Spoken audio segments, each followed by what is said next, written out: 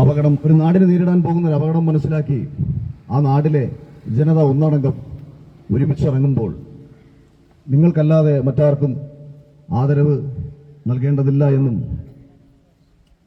ഒരു ചെറിയ കുറ്റബോധത്തോടു കൂടിയിട്ട് സംസാരിച്ചു തുടങ്ങാൻ ഞാൻ ആഗ്രഹിക്കുകയാണ്. തിരുവനന്തപുരത്ത് സെക്രട്ടേറിയറ്റിന്റെ മുന്നിൽ പല സമരങ്ങളും ഞാൻ കണ്ടിട്ടുണ്ട്. അടുത്തിടെ വലിയ രീതിയിൽ ശ്രദ്ധിക്കപ്പെട്ടിട്ടുള്ള സമരങ്ങളിൽ ഒന്നായിരുന്നു ആശാവർക്കർമാരുടെ സമരങ്ങൾ. അപ്പോൾ ഈ ആശാവർക്കർമാരുടെ സമരവേദിയിൽ ഞാൻ പോയിരുന്നു. പിന്നീട് പോലീസ് കോൺസ്റ്റബിൾ ലിസ്റ്റിൽ പരീക്ഷ ആ ലിസ്റ്റിൽ എഴുതി പാസ്സാവുകയും പിന്നീട് അർഹമായ രീതിയിൽ ജോലി ലഭിക്കാതെ ഒരു പറ്റം യുവാക്കൾ തിരുവനന്തപുരത്ത് സമരം കിടന്നപ്പോഴും എന്നെ അവിടേക്ക് ക്ഷണിക്കുകയുണ്ടായി. ഞാൻ അവിടെ പോവുകയുണ്ടായി. ഈ അടുത്തിടെ നമ്മുടെ നഴ്സിംഗ് കോളേജിലെ കുട്ടികൾ ഒരു വലിയ സമരത്തിലാണ്. 10,000-ലധികം കുട്ടികൾ സമരത്തിലാണ്. അപ്പോൾ അവരും എന്നെ ക്ഷണിച്ചു. ഞാൻ വരാൻ വേണ്ടിയിട്ട് പറഞ്ഞു.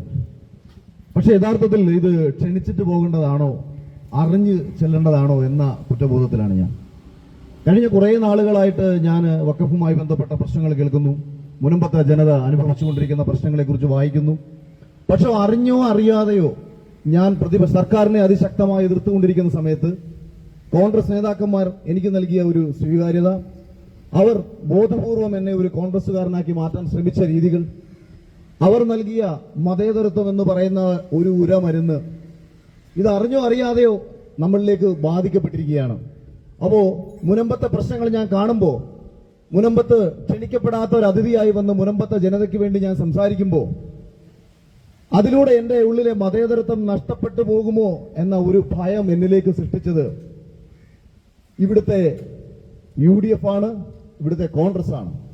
പക്ഷെ പതിയെ പതിയെ അവരുടെ നിലപാടുകളെല്ലാം ഞാൻ കൃത്യമായി മനസ്സിലാക്കുമ്പോൾ പലരും ചോദിച്ചു, എന്തുകൊണ്ടാണ് പ്രതിപക്ഷ നേതാവിനൊപ്പവും രമേശ് ചെന്നിത്തലയ്ക്കൊപ്പവും ഒക്കെ നിരവധി വേദികൾ പങ്കിട്ടതിന് ശേഷം എന്തുകൊണ്ടാണ് അവസാന സമയം 2020 ചേർന്നത്?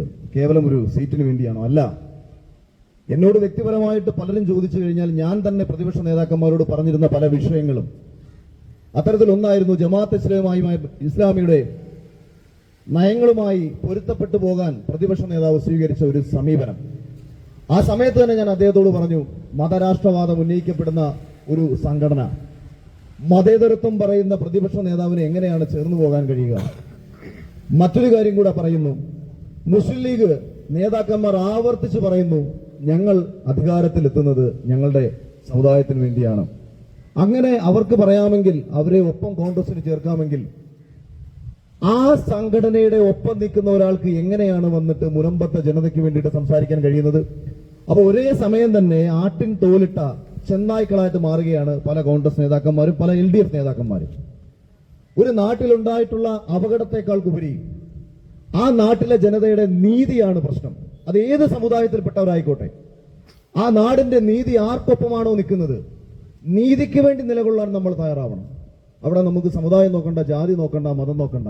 നാളെ ഇതേ പ്രശ്നം എവിടെയോ ജീവിക്കുന്ന മുസ്ലിം സമൂഹത്തിൽപ്പെടുന്നവർക്കുണ്ടായാലും നമ്മളെല്ലാം ഒരുമിച്ച് അവർക്ക് വേണ്ടി നിൽക്കണം. കാരണം നീതി അവർക്കൊപ്പമാണെങ്കിൽ, ഇവിടെ നീതി മുനമ്പത്തെ ജനതയ്ക്കൊപ്പമാണെന്നുള്ള കാര്യം എല്ലാ പഠനങ്ങളിൽ നിന്നും വ്യക്തമാണ്, എല്ലാ വ്യക്തമായ സത്യമായ ചർച്ചകളിൽ നിന്നും വ്യക്തമാണ്, ഹൈക്കോടതി സമീപിച്ച രീതികളിൽ നിന്ന് വ്യക്തമാണ്. പക്ഷെ എന്നിരുന്നാലും എന്തുകൊണ്ടാണ് നിങ്ങൾക്കൊപ്പം പൂർണ്ണ മനസ്സോടുകൂടി വരാതെ ഇവിടെ തന്നെ ഒരുപക്ഷെ 600 കുടുംബങ്ങൾ ഉണ്ടെങ്കിൽ ഈ 600 കുടുംബങ്ങളിൽ എന്തിനാണ് ഒരു ഭിന്നത സൃഷ്ടിക്കാൻ വേണ്ടി നമ്മുടെ രാഷ്ട്രീയ നേതാക്കന്മാർ ശ്രമിക്കുന്നത്? 1600-ലാണ് ഈസ്റ്റ് ഇന്ത്യ കമ്പനി ഇന്ത്യയിലേക്ക് വരുന്നത്. ഇവിടെ വന്ന് ഈസ്റ്റ് ഇന്ത്യ കമ്പനി എങ്ങനെയാണ് ഇന്ത്യയെ കീഴടക്കിയത്? എപ്പോഴെങ്കിലും നമ്മൾ ചിന്തിച്ചിട്ടുണ്ടോ? ബ്രിട്ടൻ പോലെ എവിടെയോ കിടക്കുന്ന ഒരു രാജ്യത്ത് നിന്ന് കുറച്ചുപേർ ഇന്ത്യ പോലത്തെ ഇത്രയും വലിയൊരു രാജ്യത്തേക്ക് വന്നിട്ട് ഈ രാജ്യത്തെ എങ്ങനെയാണ് അവർക്ക് കീഴ്പ്പെടുത്താൻ പറ്റിയത്? ഈ രാജ്യത്തെ ഓരോ ജനതയും പരസ്പരം ഭിന്നിപ്പിച്ചതിന്റെ ഫലമായിട്ടാണ് അവർക്ക് ഈ നാടിനെ ഒരു കാലത്ത് കീഴടക്കാൻ കഴിഞ്ഞത്. പിന്നീട് ഇതെല്ലാം തിരിച്ചറിഞ്ഞ ആ നാട് ഒരുമിച്ചതിന്റെ ഫലമായിട്ടാണ് ബ്രിട്ടൻ ഇവിടെ നിന്ന് ഓടിപ്പോകേണ്ടി വന്നത്. നിങ്ങൾ മനസ്സിലാക്കണം, ഇവിടെ കൂടി നിൽക്കുന്ന ജനതയോടല്ല ഞാൻ ഈ സംസാരിക്കുന്നത്. വീടിനുള്ളിൽ ഇരുന്ന് നിങ്ങളെ കോൺഗ്രസ് സംരക്ഷിക്കും, അല്ലെങ്കിൽ നിങ്ങളെ ഇടതുപക്ഷം സംരക്ഷിക്കും എന്ന് കരുതി ഈ നാട്ടിലെ ഒരു പറ്റം ജനത 500 ദിവസമായിട്ട് ഒരു സമരപ്പന്തലിൽ വന്നിരിക്കുമ്പോ അവിടെ രാഷ്ട്രീയം നോക്കാതെ, ഈ നാടിന് വേണ്ടി ഒരുമിക്കാതെ, ഞങ്ങളിൽ കുറച്ചുപേർ കോൺഗ്രസ് ആണെന്നും ഞങ്ങളിൽ കുറച്ചുപേർ കമ്മ്യൂണിസ്റ്റ് ആണെന്നും ഞങ്ങളുടെ പാർട്ടി ഞങ്ങളെ സംരക്ഷിച്ചോളും എന്ന ചിന്തയിലൂടെ മുനമ്പത്തെ ജനതയിൽ ആരാണ് ഭിന്നിപ്പ് സൃഷ്ടിക്കാൻ ശ്രമിച്ചത്? അവിടെ ഈ അപകടമാണ് നിങ്ങൾ തിരിച്ചറിയേണ്ടത്. രാഷ്ട്രീയമല്ല നമുക്കിവിടെ പ്രശ്നം. ഈ നാട് നേരിടുന്ന ഒരു അപകടമാണ് നിങ്ങളുടെ പ്രശ്നം. ഈ നാട്ടിലെ ജനത നേരിടുന്ന നിങ്ങളുടെ സ്വത്തിന് നേരെ ഉയർത്തുന്ന വെല്ലുവിളിയാണ് നിങ്ങളുടെ പ്രശ്നം. അപ്പൊ ഈ പ്രശ്നത്തെ സഹായിക്കാൻ ആരാത്മാർത്ഥമായി നിങ്ങളെ സമീപിക്കുന്നു എന്നതാണ് നിങ്ങൾ തിരിച്ചറിയേണ്ടത്. എന്തുകൊണ്ടാണ് BJPക്ക് നിങ്ങളെ സഹായിക്കാൻ കഴിയുമെന്ന് എനിക്ക് പറയാൻ കഴിയുമെന്ന് ചോദിച്ചാൽ അതിലൊരു സത്യമുണ്ടായതുകൊണ്ടാണ്.